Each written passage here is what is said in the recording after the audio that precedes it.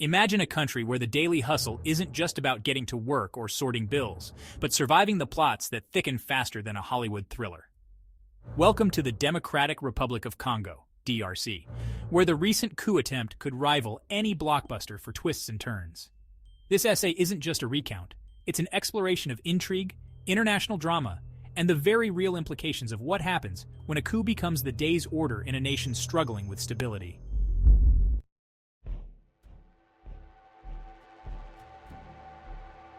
The Democratic Republic of Congo, a nation rich in resources yet plagued by political instability, set the stage for a theatrical twist in its governance narrative. On a day sweltered by the Kinshasa sun, whispers of a coup began to circulate, setting the capital on edge. Key players in this high-stakes drama included military elites, foreign mercenaries, and a politically ambitious expatriate with visions of leadership. Their motivations were as varied as their backgrounds, but their goal was singular: seize control of Africa's geographically largest nation. The city of Kinshasa, usually buzzing with the daily grind, was momentarily paused. Streets that were typically congested with traffic and vendors were now eerily quiet, with only the distant sounds of sirens painting the tense atmosphere.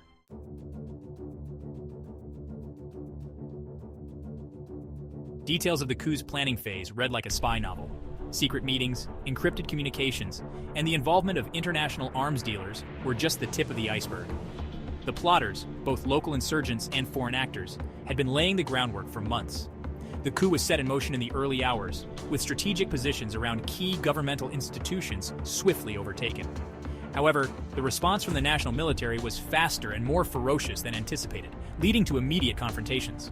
As news of the uprising spread, Kinshasa's security forces sprang into action, setting up checkpoints and deploying troops to critical locations, making clear that the government was not going down without a fight.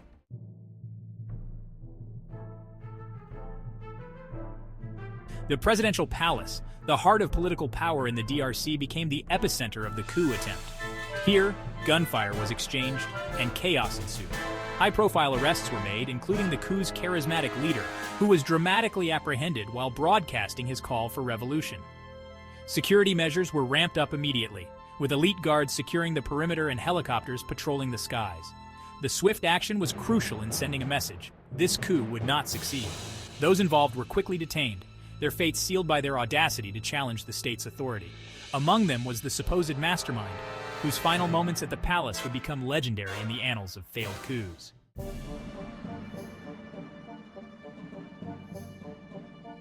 Three Americans found themselves in the global spotlight, their involvement in the coup drawing sharp criticisms and a flurry of media attention. Identified as security consultants, their presence in the DRC raised eyebrows and questions about the extent of U.S. knowledge or involvement. The U.S. Embassy in Kinshasa was quick to distance itself from the debacle. Statements made by the ambassador emphasized the unofficial and unsanctioned nature of the Americans' activities, attempting to soothe diplomatic tensions that were quickly heating up. Back home, the story dominated headlines, with the public and media alike puzzled over how Florida man had found his way into an African coup. Social media buzzed with memes and speculation, highlighting the surreal nature of the incident.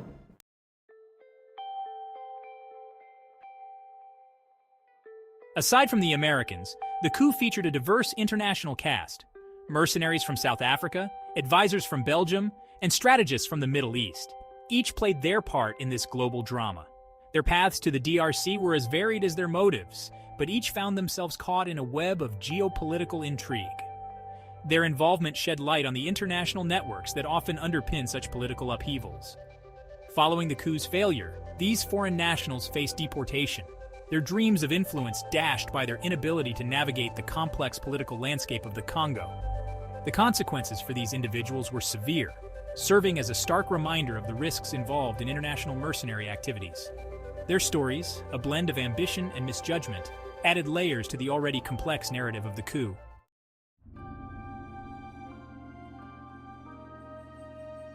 The DRC's military, a formidable force in the nation's politics, played a decisive role in quelling the coup. With precision and determination, they dismantled the coup's infrastructure, capturing or neutralizing key figures within hours of the outbreak. Strategic use of intelligence and rapid deployment of ground forces showcased the military's capability and readiness to protect the state. This display of strength was a clear message to any future insurgents. The military was prepared and capable. In the political arena, the military's successful intervention bolstered its status, potentially increasing its influence in governmental affairs.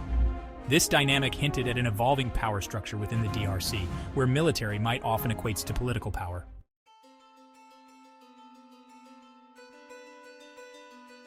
President Félix Tshisekedi's administration faced its greatest challenge yet. The coup attempt not only threatened his physical safety, but also his political survival. In the aftermath, his government took aggressive steps to fortify its position, implementing stringent security measures and purging suspected sympathizers from its ranks. The political fallout was significant. Tshisekedi's regime, already grappling with accusations of corruption and inefficiency, now had to convince the nation of its capability to govern and protect. This involved not just military actions, but significant political maneuvering to reassure domestic and international stakeholders of its stability. To prevent future threats, the government initiated a series of reforms aimed at strengthening national intelligence and public security. These measures, while necessary, were also controversial, sparking debates on civil liberties and the concentration of power.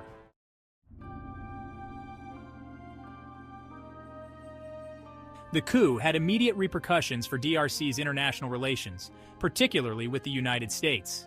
The involvement of American nationals complicated diplomatic dialogues, with both nations scrambling to manage the fallout. Statements from global leaders and international organizations called for stability and thorough investigation, highlighting the delicate balance of international diplomacy. The incident prompted a re-evaluation of foreign policies towards the DRC, influencing future diplomatic and aid strategies. This diplomatic dance, filled with cautious statements and strategic moves, underscored the complexities of international politics. Each country's response was a calculated step in a broader geopolitical game, with the DRC's stability hanging in the balance.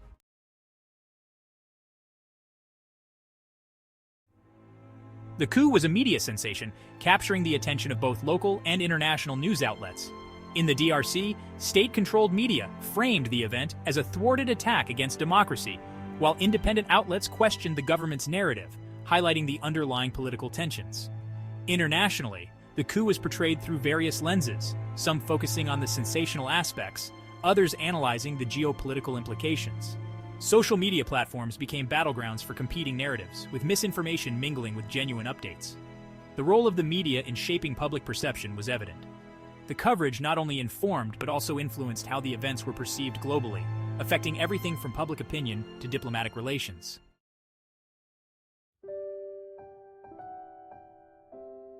Beyond the headlines and political analyses, the voices of the Congolese people provided the most poignant insights into the coup's impact. Interviews with local residents revealed a mix of fear, frustration, and a fervent desire for stability. Daily life in Kinshasa, already challenging due to economic and social issues, was further disrupted.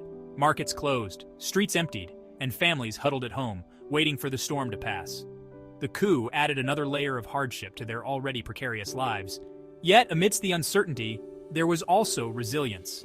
Many expressed hope that this event might lead to positive changes, a cleanup of corrupt practices, and a stronger, more secure nation. Their stories were a powerful reminder of the human impact of political strife.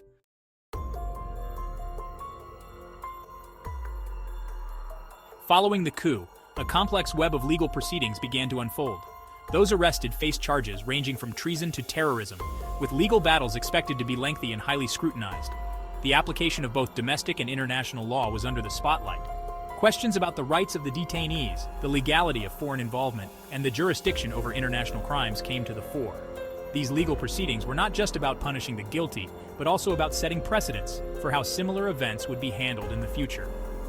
They were a test of the DRC's judicial system's integrity and its ability to uphold the rule of law under intense political and public scrutiny.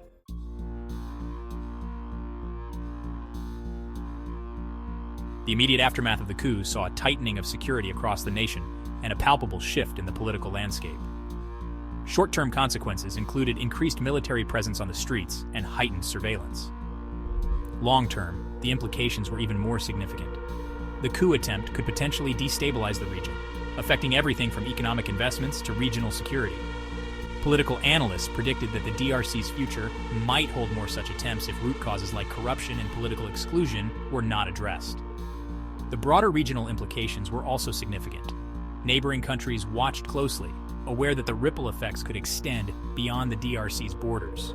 potentially leading to shifts in alliances and regional dynamics.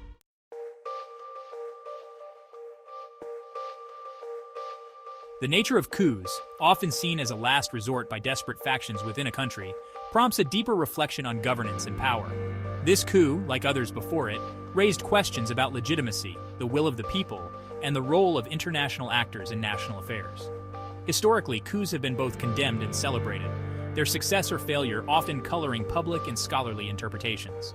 Comparing the DRC situation with similar historical precedents offered insights into patterns of political instability and the triggers for such drastic actions. These reflections were crucial for understanding not just the what and how of the coup, but the why. They provided a framework for analyzing current events and a lens through which to view potential future developments in global politics.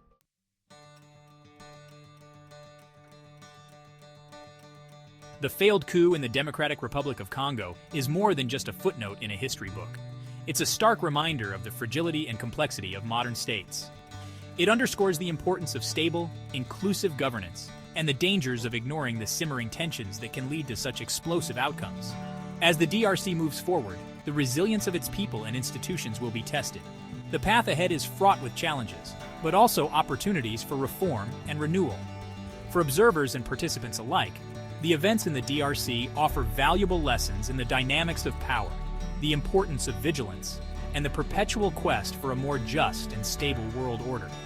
In closing, while the coup was a moment of crisis, it could also be a catalyst for change, prompting a reevaluation of how nations deal with dissent and strive for genuine progress. As the dust settles, the hope remains that from this turmoil can emerge a stronger, more unified Congo.